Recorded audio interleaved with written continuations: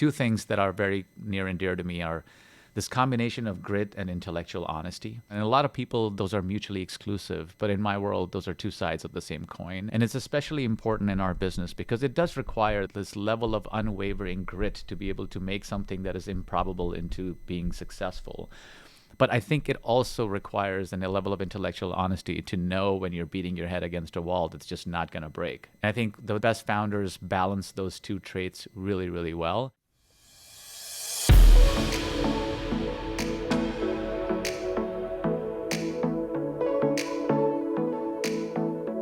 Welcome to Founded and Funded. This is Coral Garnick-Duckin, digital editor here at Madrona. Today I have the pleasure of having Madrona Managing Director Karan Mehandru on the show with me for our next Investor Spotlight. These Investor Spotlight discussions are all about diving into what drives our investors and what they look for in founders. First, a little bit of background on you, Karan. You joined Madrona in 2022 to open and lead our new California office, coming most recently from Steadfast, where you built and led the firm's VC and private equity practice. Prior to that, you were at Trinity Ventures for a decade and Scale Venture Partners before that. Your investments have included Auth0, Outreach, Klaviyo, Cohesity, JumpCloud, Zapier, and many others. That's quite a career in venture. But what made you want to get into it in the first place? How did you go about it? So, Coral, I've long believed that life is about creating impact and enabling others to be the best version of themselves, which in turn becomes probably the most reliable source of sustained happiness in ourselves. And to me, as a job, my job as a VC, and the profession broadly is the best platform I could imagine to bring about that impact and change I want to see in how we work and how we live. And unlike many VCs that fell into venture accidentally, that is not my story. I actively chased it while I was still an operator and a sales executive back in 2007. Got turned down by multiple VCs. I actually went down the list of VCs from A to Z and called every one of them to figure out how I can get a job in venture. But nobody was looking to hire sales guys in venture at the time. But, a decent amount of relentless calling, not taking no for an answer, and a little bit of luck allowed me to enter this profession in 2007. And while there have been good years and not so good years since I joined, I have never regretted a day of doing what I do. That sounds a lot like kind of what you need to be a founder. Being relentless, not taking no for an answer, having that passion. It's true. It's not that dissimilar, but yeah, it does teach you a lot of things. Not taking no for an answer is probably a big one. So becoming the best version of yourself, that's not something that all of us have, that desire to help other people get to that point, let alone get yourself to that point. Is there something in where you grew up or how you grew up, how you were raised that led to that focus for you? Well, I think it's in a lot of ways, everything that I do and everything that I am and how I operate and how I invest, how I work with people has been shaped by how I grew up, where I grew up. And just for context, I was born and raised in India. I moved to Canada after high school. I actually moved to the US, then moved to Canada because I ran out of money when I was in the US. I came to Canada, finished my undergrad, stayed there, worked for a few years, and then eventually moved to the US and continued in the operating world before I joined venture. And so, the circuitous journey that I've been on taught me a lot of lessons and shaped me into the person that I am and the investor that I am. And one of the first lessons that I learned was the disparity between talent and opportunity. And that was the first time I actually even thought about venture, when I saw how widely the former exists, which is the talent part, and how narrow the latter is, which is opportunity. And when you live in a land with 1 billion people where there are always 1,000 people going after one thing that's available, it kind of teaches you a little bit of grit. And I think the other thing that it taught me was just the appreciating the value of scarcity and how that breeds focus. And I think that is probably the most important thing that in the early stages of your life and company building. I would say I'm trying to become the best version of myself, and my background, my upbringing, people that I've interacted with, people whose shoulders I've stood on have allowed me to be where I am today. And in a lot of ways, I feel a sense of gratitude and acknowledge the role luck plays in your life as well. And so my goal and when I say I want to bring out the best version of people is I like to live my life in a way that is very authentic. I am who I am, and I bring every part of me into every situation and interaction, or at least I try to.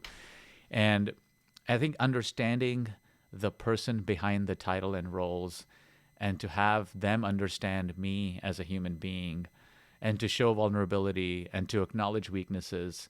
These are all foundational things that I aspire to do and aspire to use in my interactions with people in general, but CEOs and founders in particular, so we can build trust and then use that as a foundation to build a relationship on top of that. So anyway, that's a long-winded way of answering your question, but somewhat touches a little bit of why I am the way I am because of my upbringing and where I came from. I think that's the perfect segue because you hit on it a little bit into what you look for in founders. So that was a little bit of what they can expect. But now, what are you looking for when you're talking to founders, evaluating them and their teams to see if they're a good fit for you? I think one of the challenges is the term founder sometimes makes it sound like that there's one type that works and there's only one type of founder that can be successful. And I feel like that just obfuscates the many layers and nuances that comes along with what makes founders successful and what kinds of people can become founders. And so my fundamental belief is that founders, like VCs and humans, are all flawed and we are all imperfect and we are great at certain things and we are all terrible at others. And those imperfections are amazing because that's what makes us human. But some founders excel in vision, some founders are great execution animals, and some are just extremely great at building relationships, and some are good at two of those three things, but almost nobody that I've met has been great at all three. So a big part of my job is to assess and find out and discuss with them and get a sense of who they are, whether they know what they are, um, and whether they over-index on a dimension that the market that they're operating in really cares about. So give you an example, a visionary founder who's selling a developer product to developers in a PLG go-to-market motion might be perfectly suited to be CEO of the company. But that person may not work very well for a sales platform that needs to be sold. And so I think it's important to understand that it's not one size fits all. And I've been lucky in my career to work with founders like Eugenio at Auth and Manny at Outreach and Mohit at Cohesity. And they're all built quite differently. But in a lot of ways, they're very similar, which is a separate conversation. But I think each one of them is uniquely suited to lead their company. So those are some things I try to assess. There are other things I look for in founders as well. Two things that are very near and dear to me are this combination of grit and intellectual honesty. And a lot of people, those are mutually exclusive. But in my world, those are two sides of the same coin. And it's especially important in our business because it does require this level of unwavering grit to be able to make something that is improbable into being successful. But I think it also requires a level of intellectual honesty to know when you're beating your head against a wall that's just not going to break. And I think the best founders balance those two traits really, really well. And I'm personally also biased towards founders that have a sense of urgency and a bias for action. And that's partly because I believe that the difference between good startups and great startups usually comes down to the power of compounding returns of small decisions that are made every day and small actions that you take every day. It's not one or two big things that you do every 3 or 4 years that allows you to become successful. And so being approximately right and having conviction in them and then acting with urgency on multiple dimensions are all traits that separate those companies and people that are good from companies and people that are world class. And I hold myself accountable on those dimensions in my interactions with a lot of my founders as well. So then on the flip side of that, how do you think that founders should think about selecting their partners and their VC firms that they're working with? At a high level, I think many founders think of raising money and picking partners as a financing exercise when I think of it as a recruiting exercise, right? Especially at the early stages of the company. My advice to founders is simple. Look, when you raise your first couple of rounds of institutional financing, these are some of the most important decisions you will ever make as a CEO of the company, both because it's the most dilution you will take as a company, but also because you're picking partners that will be with you for 10 plus years as the company scales. And in many cases, you just can't get rid of them if you find the right ones or you pick the wrong ones. I joke that the average tenure of a Series A board partner for a company that scales is longer than a California marriage in some cases. So and my advice is simple, which is take your time, reference the firms, pick individuals over firms, because at the end of the day, it's the person that shows up, that's sitting next to you, that's there to help you get through tough times, and people who you believe will challenge you to be a better version of yourselves, but also support you when you're in the lows. And I think those are two important characteristics to look for in the partners that you pick. Look, our true currency in venture is not capital. It's actually our reputation. And usually that reputation is built by not just what and whom we invest in, but how we conduct ourselves when times are tough and how we conduct ourselves when times are good. And I feel like that's something that I take to heart. And in an academic sense, my expertise is go to market. I was a sales operator when worked in marketing, did product development, but mostly go to market. I look at the world from the outside in. I look at the world from the customer's point in as opposed to the product out. And that's what I bring to the table. But for the most part, I relate to founders at a very human level. And to me, it's more about picking those people that you feel that you can live for the next 10, 12 years, people that will challenge you, make you better. And it's not just one-sided. It's not about the VCs only challenging and making CEOs better than what they can be or better than they think that they can be.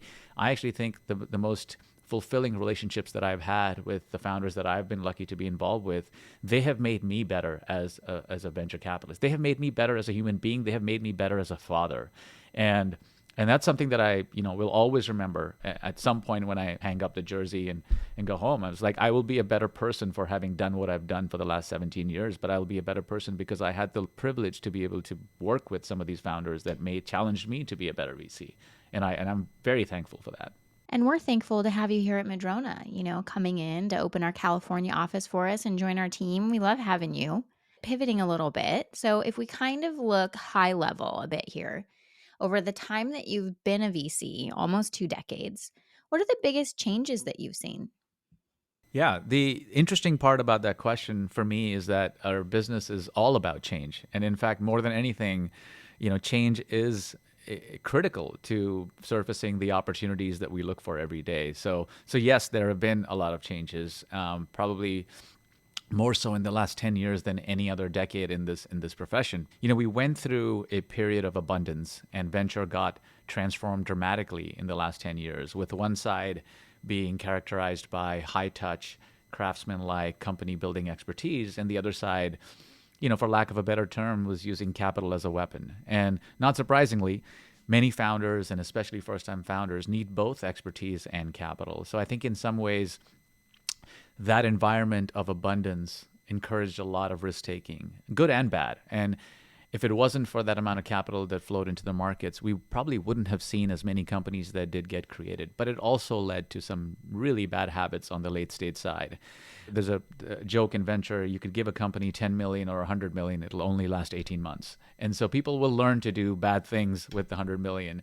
And I think we're seeing some of those extremes revert back to the mean on many dimensions as we speak today. And that's not necessarily a bad thing. It's a tough thing for a lot of people to understand and acknowledge.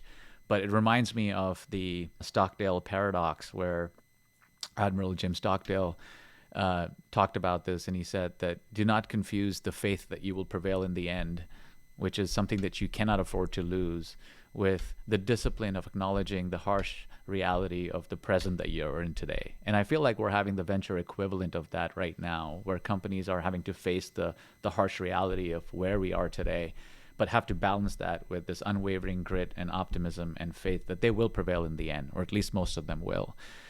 On the entrepreneur side, if I think about what has changed over the last decade, I would say that the number one thing that I've observed amongst many is the scale of ambition on the parts of the founder. This belief that you can and are motivated to build a 10, 20, $50 billion company is inspiring for me as an investor and partner. And frankly, while many things have changed, I think it's important to realize that some things have stayed exactly the same.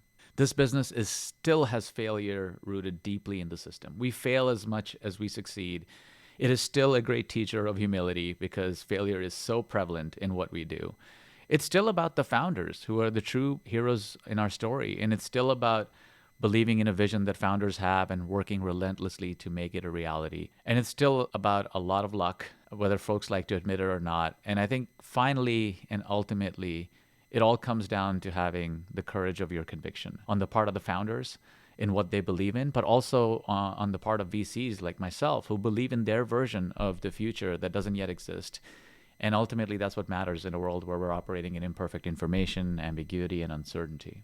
So, wrapping up today, I want to just end with a couple of questions that let everybody get to know you a little better. So, first off, simple: cats or dogs? Oh, dogs for sure. I have a little Maltipoo that I go pretty much anywhere I can with. He's 4 years old. He's actually in the office today as we speak. I didn't grow up with dogs, and so we got him 4 years ago. I have three kids, and they all wanted dogs, and we finally got one. And I can't imagine my life without him now. His name is Dasher. Did they convince you to get a dog, or were you just as on board as them? They did because it was like most things in life, they overpromised and underdelivered on what they would do once we get the dog, and I knew that that was going to happen. So yes, they had to convince me, and they did. They did a good job, and I'm glad that they did. And I always wanted a dog as well. So for me, it was more just making sure that I can get them to commit to doing their part of it before we actually got a dog. Gotcha. Okay. Classic parenting. Moving on. Second question. Is there a book or two that you tend to recommend to founders? Well, there's so many that I've learned so much from, but I do have some favorites. And there's one in particular that I sent to all the CEOs that I have the pleasure of partnering with 4 years ago, which is this book called Boys in the Boat, which I know is special to you and many of my Madrona colleagues. But it was a book that rose up to the top for me well before I decided to join Madrona, obviously. But it's, you know this, but for those that don't, it's a book by Dan Brown that talks about the crew team from the University of Washington that was comprised of a bunch of folks that came from various backgrounds, underprivileged, tough and challenged environments to come together as a team and win the 1936 Olympic gold in Germany in front of Hitler. And I love the book just because it shows, it's this opportunity versus talent thing. It's about the power of grit and perseverance and resilience and teamwork and all of those attributes that just give you goosebumps when you think about it, when you see it in action. And it's the power of success against all odds. And so that's one of my all-time favorites. There's others, but that's definitely one that I would recommend. That is not a book that I would think of being recommended as a business read. It's not your classic go-to. Good choice. I love it, though. So last question. When you're not working, not helping founders, not in board meetings, which I recognize takes a good chunk of your time, what is it that you like to do to unwind? It's funny. I don't have as many hobbies as I probably should, but and my close friends remind me of that. And but I do get a lot of joy watching my three kids play club soccer and tennis, and I don't miss any of their games on the weekends as much as I can. I wasn't a father when I entered this profession, but being a dad is probably my single biggest source of joy and fulfillment. And I'm sure, like many other dads out there and even moms, it provides a true sense of purpose and happiness in indescribable ways. So I'm just lucky to be here, and as long as I can do those things on the weekends and do what I do on the weekdays to allow myself to do those things on the weekends, I'm very, very thankful for it every day. Well, thank you so much for joining me and letting me get to know you a little bit better. It's been really fun having you on this latest Investor Spotlight episode of Founded and Funded. My pleasure. Happy to do it.